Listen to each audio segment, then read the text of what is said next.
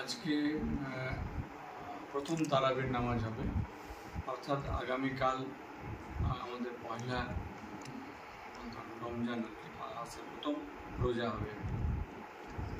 আর এই রোজা সারা পৃথিবী যেখানে মুসলিম ভাইরা আছে এই রোজা পালন করে থাকে,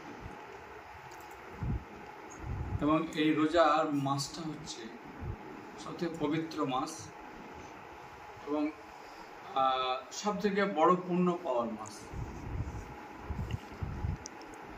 আমাদের যারা এই রোজা করে থাকেন, এই রোজা হচ্ছে রহমত চাওয়ার মাস, মাগফিরাত চাওয়ার মাস, ক্ষমা চাওয়ার মাস।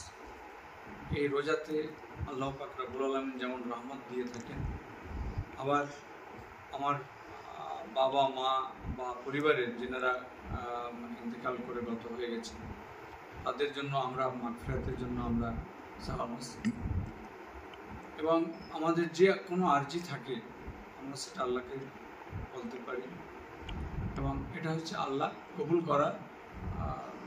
করে থাকেন আর কি এই রমজান মাসে। কাজে এই পবিত্র রমজান যেন সকলের শরীর সুস্থ থাকে, সকলে যেন রোজা রাখতে পারেন, আল্লাহকে খুশি করতে পারেন, এবং আজকে যারা করছেন এটাকে ছোটরাও দেখে তারাও রোজা থাকবে। এবং সায়েন্টিফিক ওয়েতেও দেখা যদি যায় তাহলে এই রোজা শরীরের জন্য উপকারিতা নিয়ে আসে।